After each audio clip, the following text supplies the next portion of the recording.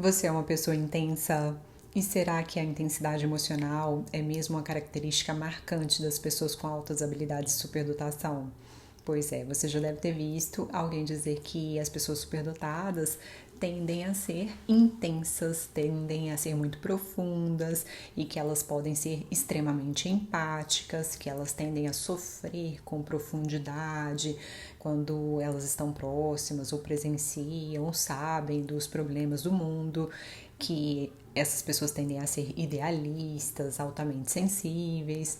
Pois é, o problema é que nós não podemos generalizar. Então, hoje nós vamos conversar um pouco sobre alguns objetivos, basicamente três objetivos, que são compreender essa origem da ideia de intensidade emocional relacionada às altas habilidades e à superdotação, de onde veio, né, essa ideia e como ela tem se propagado. O segundo objetivo é ver quais confusões esse termo pode acabar gerando e, em terceiro lugar, saber quais são os conceitos mais adequados atualmente para você guiar o seu trabalho com pessoas superdotadas. Quais termos talvez funcionem melhor, quais termos sejam mais precisos e principalmente para você redigir o seu relatório, se você é um profissional e que vai verdadeiramente ajudar o seu cliente. Então, começando pelo primeiro objetivo, o termo intensidade emocional nesse contexto das altas habilidades de superdotação, vem das interpretações que outros autores fizeram sobre o trabalho realizado pelo psicólogo e psiquiatra polonês Dabrowski, Kazimierz, eu não sei direitinho como se lê o nome dele, mas eu vou deixar aqui na tela, Kazimierz Dabrowski.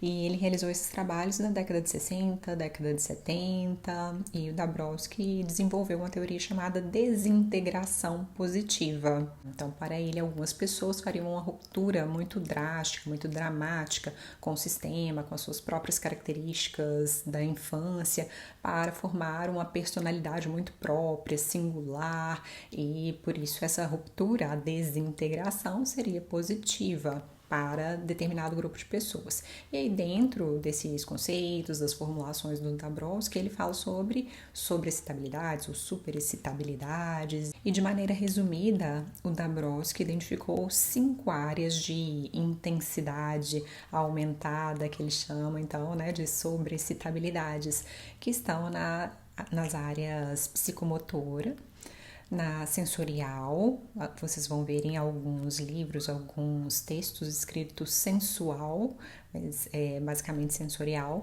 intelectual, imaginativa e emocional.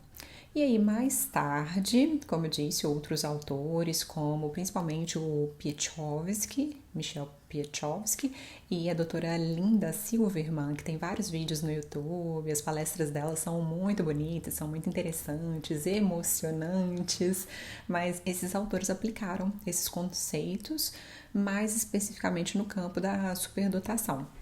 Então, para falar sobre essas crianças com as quais eles trabalhavam, que tinham habilidades muito acima da média, e na sua clínica, na sua prática, eles percebiam que essas crianças eram mais intensas. E está justamente aí a crítica, porque o trabalho da doutora Linda Silverman, por exemplo, é todo baseado na experiência clínica dela. Ela fundou uma instituição em Denver, toda especializada em atender pessoas com altas habilidades de superdotação. É um trabalho muito bonito, mas fica a pergunta: será que essas crianças que buscam suporte psicológico, que buscam suporte clínico, será que não são essas as que têm mais dificuldades emocionais? Será que não são essas as que têm maior intensidade emocional? E nós só teremos essa resposta, uma resposta mais clara, se forem realizados trabalhos com amostras mais amplas, com a condução de outros profissionais e, na verdade, não há sustentação empírica para esse termo intensidade emocional, nem para desintegração positiva. Esses conceitos criados pelo Dabrowski, eles não ganham muito embasamento na ciência. embora eles acabem influenciando outros autores e às vezes até a prática clínica. Então, não é que eles sejam completamente refutados e que não tenham o seu valor histórico, não é isso. Mas hoje nós temos outros termos, conceitos mais precisos mesmo para falar sobre este tema, por isso nós estamos aqui.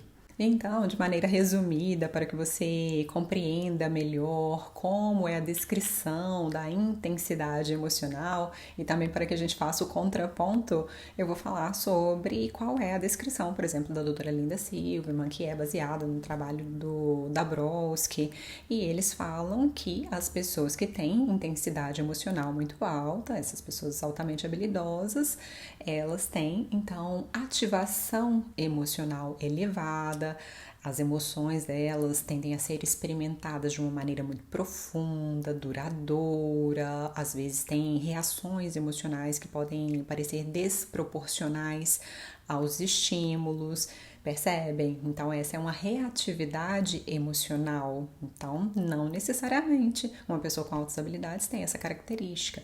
A segunda característica é ter uma empatia muito forte. Algumas pessoas chegam a ter fadiga por compaixão, sensibilidade interpessoal muito acentuada, e aí essa capacidade elevada de perceber o que os outros sentem, de absorver também as emoções dos outros.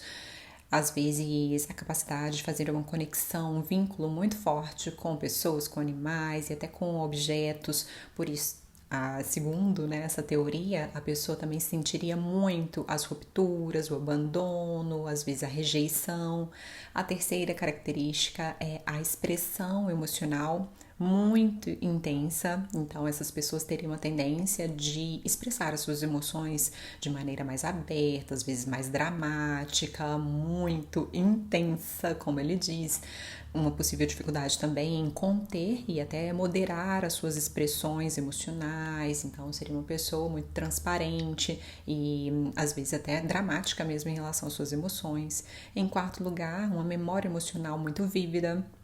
Então, ter lembranças emocionais muito intensas, o que às vezes é excelente, mas se é uma memória traumática, essa pessoa pode reviver essa carga emocional por mais tempo e se retraumatizar. Em quinto lugar, existiria uma preocupação muito forte com questões existenciais, questões morais também, e aí a pessoa gastaria tempos desde a infância, às vezes fazendo reflexões muito profundas sobre justiça, moralidade, significado da vida, e poderia ficar muito angustiada diante das injustiças, do sofrimento que existe no mundo. E sim, essa característica pode estar realmente presente porque as crianças tendem a perceber mais informações, tendem a perceber nuances e às vezes assuntos de adultos já são captados por essa criança e por isso vão fazer parte das reflexões dela e às vezes geram sofrimento porque não são questões que já estão no controle da criança, que ela possa resolver, e isso às vezes traz realmente uma frustração, uma angústia e talvez essa intensidade emocional. E em sexto lugar, existiria uma complexidade emocional, uma tendência, uma capacidade de experimentar múltiplas emoções ao mesmo tempo e, da mesma forma, saber diferenciar, discriminar nuances das emoções, ou emoções, traços ou características, sentimentos mais sutis e às vezes fazer uma integração mais complexa, ter uma compreensão muito mais ampla. Acontece que, como eu disse antes, essas características não podem ser generalizadas. Então, existe sim essa complexidade porque é um cérebro diferente, é um cérebro que faz mais conexões sinápticas, que tem a capacidade de processar mais informações, mas isso não quer dizer que a pessoa tenha sofrimento pelas questões ou que tenha dificuldades emocionais, talvez essas características, né? Os próprios autores falam sobre isso, que pode favorecer, por exemplo, um trabalho como psicólogo, como terapeuta, como médico, porque a pessoa tem essa capacidade de ter empatia e também tem a capacidade de resolver problemas. Isso é magnífico. Mas o que nós estamos falando aqui é justamente sobre o risco de se patologizar essas características ou um quadro de altas habilidades e superdotação. Um outro ponto é que essa descrição acaba sendo imprecisa e ela pode se confundir, por exemplo, com traços naturais do temperamento. Nós temos 3 características, 3 traços de temperamento, que são a emocionalidade positiva, a emocionalidade negativa e o controle de esforço. A emocionalidade positiva fala sobre uma excitação, entusiasmo, a capacidade de apreciar a vida, de perceber essas nuances do seu ambiente, querer compartilhar com as outras pessoas. Então, uma característica talvez mais adaptativa. A emocionalidade negativa, por outro lado, tende a falar sobre uma característica mais de medo, de frustração, um sofrimento, que também pode estar ligado ao que a pessoa presencia no seu ambiente, às vezes até uma capacidade maior mesmo de observar o mundo, mas essa é uma tendência de observar, por um lado, por lentes um pouco mais pessimistas. E o controle de esforço fala sobre a capacidade de se responsabilizar, de manter as suas tarefas em dia, respeitar os horários, as outras pessoas, então inibir, de certa maneira, os impulsos. Aqui nós estamos falando de crianças, então elas não vão ter mesmo um controle perfeito dos seus impulsos, e por isso talvez sejam um pouco intensas, como a criança que tem o TDAH, que às vezes não consegue mesmo controlar o que ela diz, acaba cometendo erro também na prova ou em outros ambientes por impulsividade.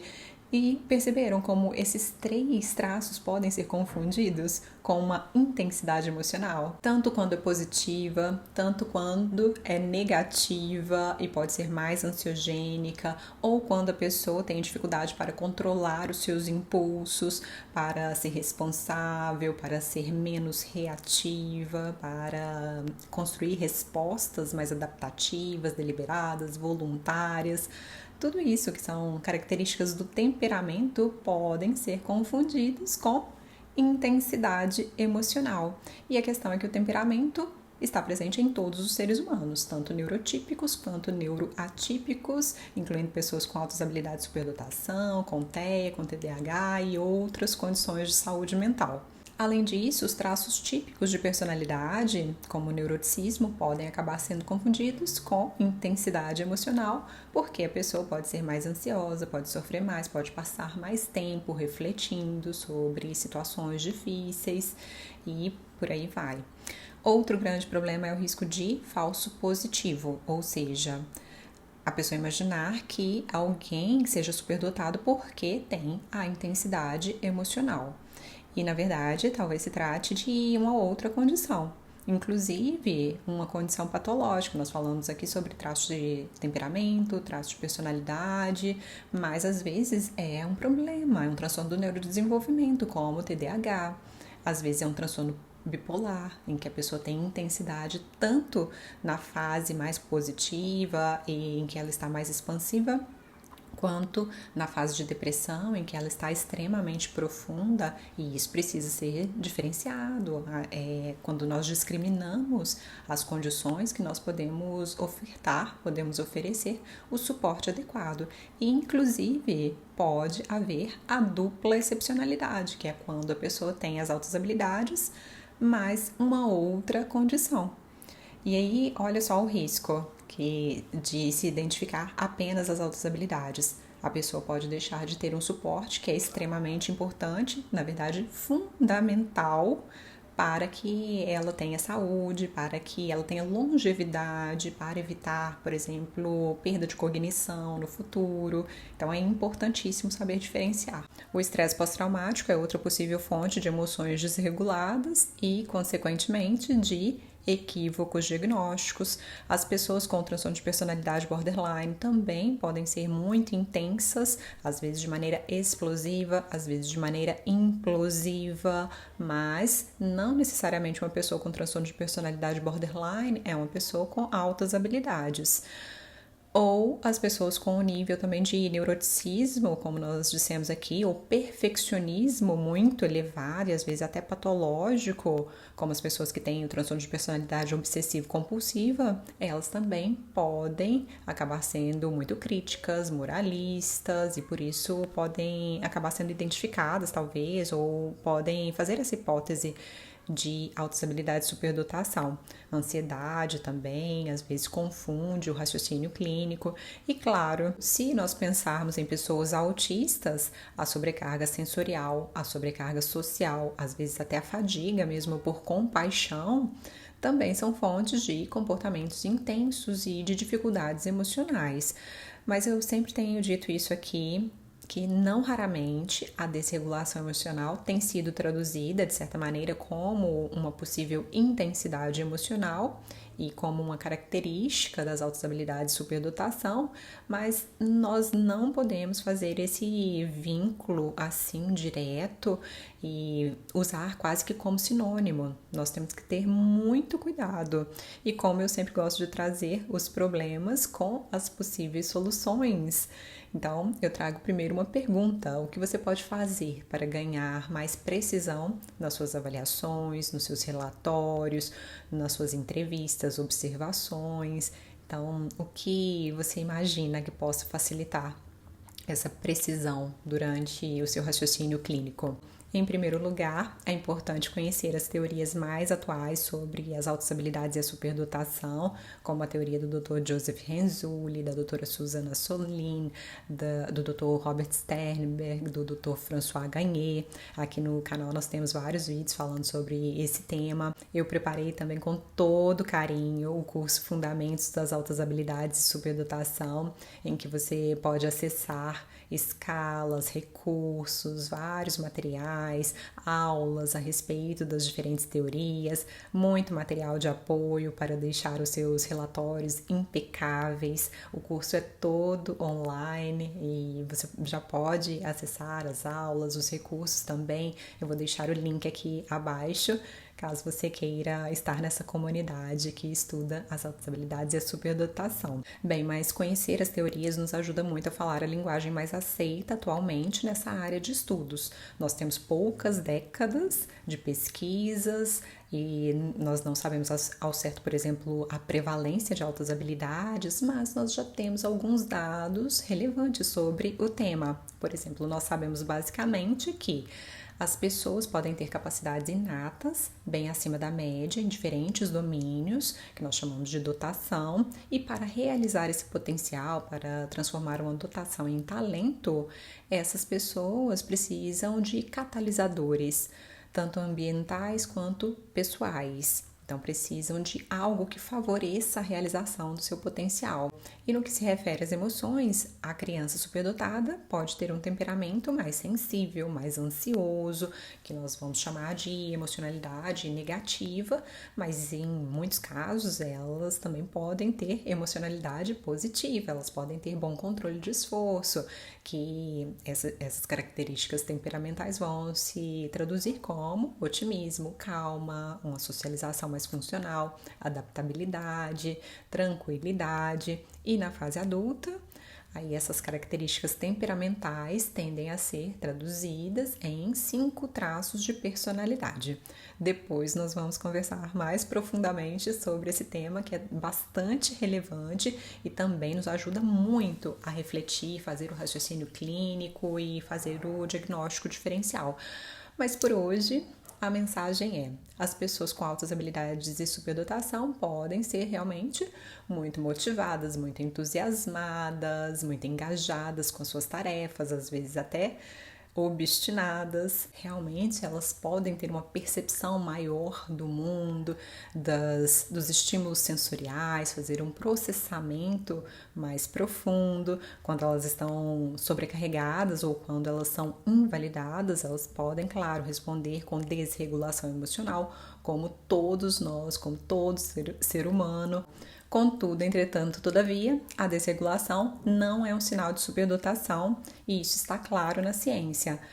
A capacidade elevada em qualquer um dos domínios e, sobretudo, a inteligência acima da média tende a ser um fator protetor, tende a ajudar a pessoa a elaborar melhor as suas questões e a resolver melhor os problemas, não apenas dela, mas das outras pessoas. Agora, por favor, eu quero saber o que você já refletiu sobre esse tema. Deixe seu comentário aqui abaixo. Você também se preocupa com essa confusão e às vezes com os termos imprecisos que são usados na nossa área? Deixe seu comentário aqui abaixo, vamos conversar um pouco sobre esse tema. Aproveite para curtir o vídeo se você quiser que eu fale agora sobre a intensidade sensorial e as possíveis confusões a respeito desse termo também. E se inscreva, claro, no canal para receber os próximos conteúdos. Grande abraço e até breve. Tchau, tchau!